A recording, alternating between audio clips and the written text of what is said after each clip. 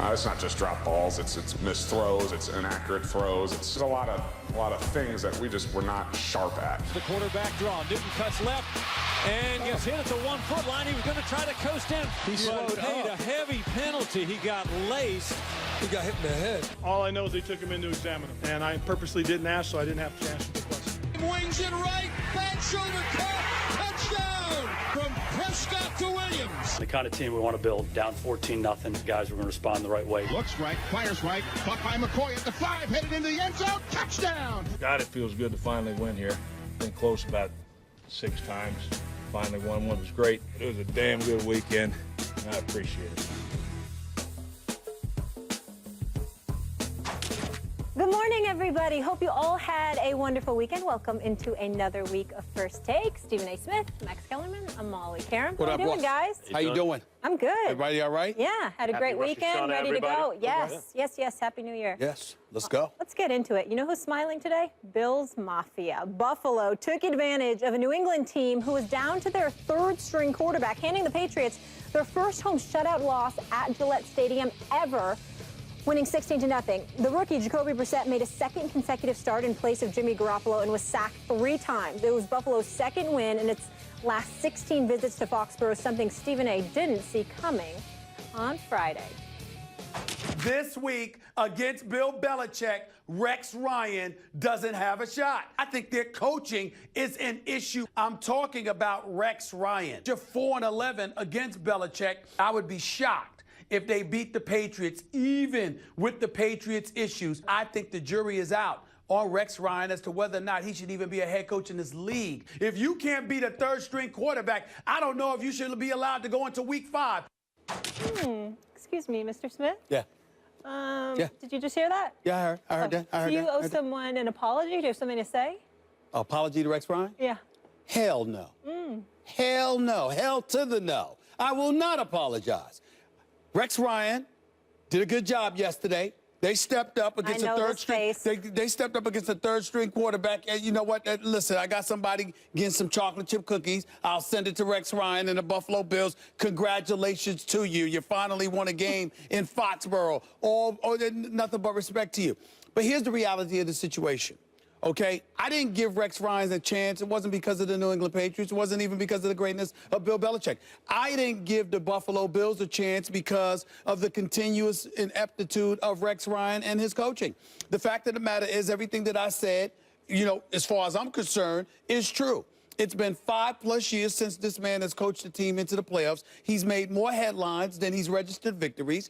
He hasn't gotten it done. And this is the sad part. I think the game of football is great when Rex Ryan is winning football games because I love his moxie. I love his bravado. I love the fact that he can be loquacious and outspoken and he can really go after folks. I think that's great for the game of football. I think that's great for competition. But at the same time, you know, everything gets ruined when his team step out on the field and aren't able to get it done. Now, yesterday was more a product of bad New England Patriots as far as I'm concerned. What is this here? 1 for 12 on third downs, getting into the red zone once, Brissett fumbling the football, the receivers unable to get open. I'm sorry. Rex Ryan and the Buffalo Bills defense hasn't really given us a reason to be enthusiastic about them this year. They're 2-2 for a reason, okay? Is that so? The way I look at it, I know that Rex Ryan can coach defense. Yep. I really, really do. But I'm thinking about what has happened to Buffalo since he's arrived. And my thing is, walking into this game, clearly I look like a fool right now because I gave them no chance, and you can never not give an NFL team a chance. But that's how I felt. I'm honest about what I feel, Max Kellerman. What are you suggesting? I don't hedge my bets, Max Kellerman. I don't do. I actually take a side. Diversion the here. wrong one, as it turns out. That's okay. That's okay. This is called big boy rules. You have to sit there and eat it. On this particular Monday, the crow tastes nasty, but on this particular Monday, okay, I happen to be wrong. So what? I guarantee you I'm going to be right a hell of a lot more than I am wrong when it comes to Rex Ryan. And I actually want the man to win football games. But I have grown disgusted with the level of ineptitude that this man has continuously put forth over the last 5 years. Can't even get an above 500 record. That is why I will not apologize. That is why I will not take back what I said. You got me on this Monday. let's see what happens in the weeks to come. Because it's not going to be the last time I say that. He's been a head coach for 8 years. The first 2 years, they made the AFC Championship game, and that's bought him a lot of rope. Yep. And he's won four. He's half the time gotten to the playoffs, just not recently. Here's the bottom line: when you make projections on a team and you make evaluations of a team early in the season with these very small sample sizes, stuff like this can happen. We assume the Bills are terrible. We assume Rex Ryan must be on the hot seat. What happened to the defense? I thought they were supposed to make strides. They're about to get killed at Foxborough. They're going to be 1-3. Then you take a closer look at it now with more evidence. Really, right around this time and really next week is when you can start to make real evaluations. A third of the season is over, or a quarter of the season is over. Rather, you're starting to get into the meat of the season. Look, their defense, they had one bad game this year. It was against the Jets at home on a short week. That can happen to teams on a short week early in the season, especially against an offense where, like the Jets, if it's clicking, things can go very well for them. Otherwise, a one-score loss on the road to the Ravens. They have wins against Arizona and New England. Now, you could say Arizona's a mess right now, and New England's playing with a third stringer, but New England was 3-0 and universally picked to win this game. And Arizona and New England both were two of the final 4 teams in the NFL playoffs as recently as last season. So those are good wins for Rex Ryan. And the losses, you can understand. A one-score loss to a one-loss team at this point, the Ravens on the road, and a bad defensive effort against the Jets. If you take that Jets effort out defensively, the Bills are second overall in defense, fewest points allowed. If you include it, they're still 6th. Think of how they got blown up, and they're still 6th overall. They are actually playing defense really well. And as it pertains to Rex Ryan and whether or not this team will play for him, the reason I thought the Bills had a shot primarily was he's a player's coach, and that's part of the problem.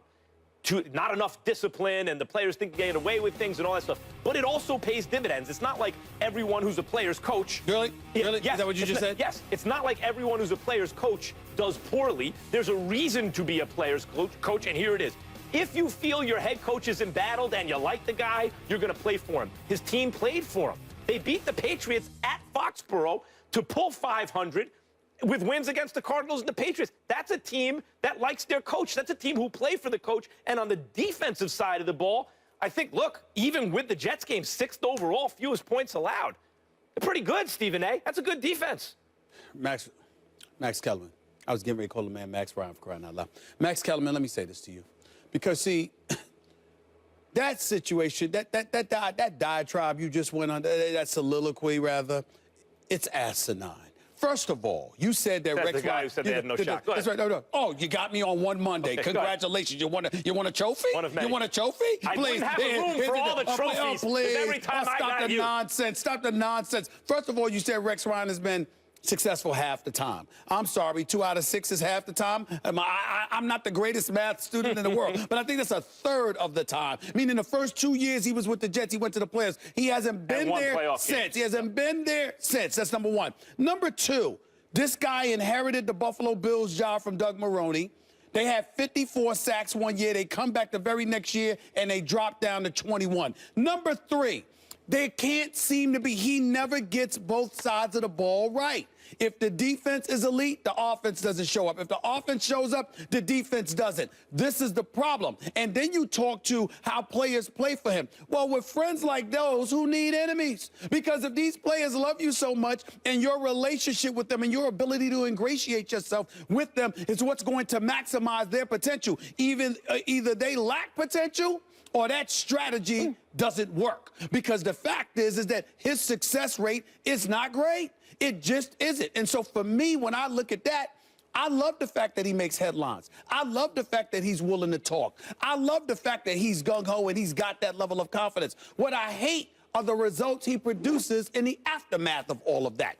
That's my issue with Rex Ryan. He's in the AFC East. He's coaching against the greatest coach ever. But nobody's talking about with the him. Jets and with Wait the a minute. Nobody's talking about him just losing to the Patriots. Yes, Bill Belichick had his number, and I thought Bill Belichick would find a way to beat him yesterday, too. So I was wrong about that. But the flip side is that this guy doesn't make the playoffs. You don't have to win a division to make the playoffs. He's 5+ straight years. Coaches not only get fired because of that, Max, they don't find themselves getting other jobs because of it. He's making $5.5 million. You're right. I misstated the way it's supposed. It's 4 playoff wins in 8 years. That's like a playoff win every other year, and he's a tick below average lifetime now. I think he's 56 and 56 and 60. 56 and 60. So he's inching to. So he's a tick below average. I would say it's fair to say Rex Ryan so far in his head coaching career is a tick below average head coach. Not a terrible head coach, not a great head coach. He falls in average range, and he's doing it in a conference, in a division where he's got to play Belichick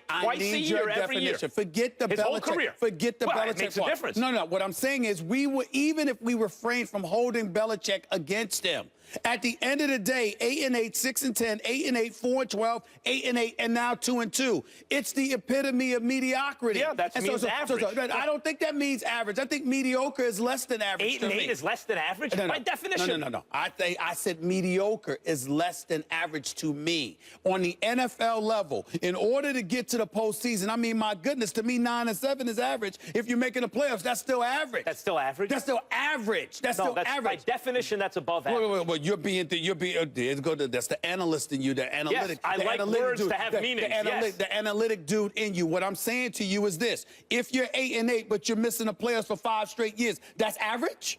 That's average. To miss the playoffs for 5 straight years. The 5 straight years with no playoffs is bad. I would say most coaches in the AFC East are going to miss the playoffs if they're not named Bill Belichick, because he's in the playoffs every year. What about the AFC North with the Cincinnati Bengals winning the division or what have you? The Steelers find a way to get to the playoffs. The Ravens, for the most part, find a way to get to the playoffs. They're not in the division with the Pats. What I'm saying to you is you don't have to win a division to make the playoffs. And he's done it twice, by the way. Twice in how many years? Right. Therefore, is he quite average? If he would have snuck one playoff appearance in there since the AFC Championship games, back-to-back appearances, by the way, I would say he is average. He's Rex Ryan. Below. This is Rex Ryan. And by the way, the defense is good. This is Rex Ryan, 8th season as a head coach. Yes. 4 He's playoff made the wins. Playoffs twice. 4 playoff That's wins. average. No, he's made the playoffs twice. And he just blanked. He's made the twice. He just blanked New England at New England. Last week we were asking, are they going to go undefeated? Wait, time out. With their 3rd-string quarterback who was banged up.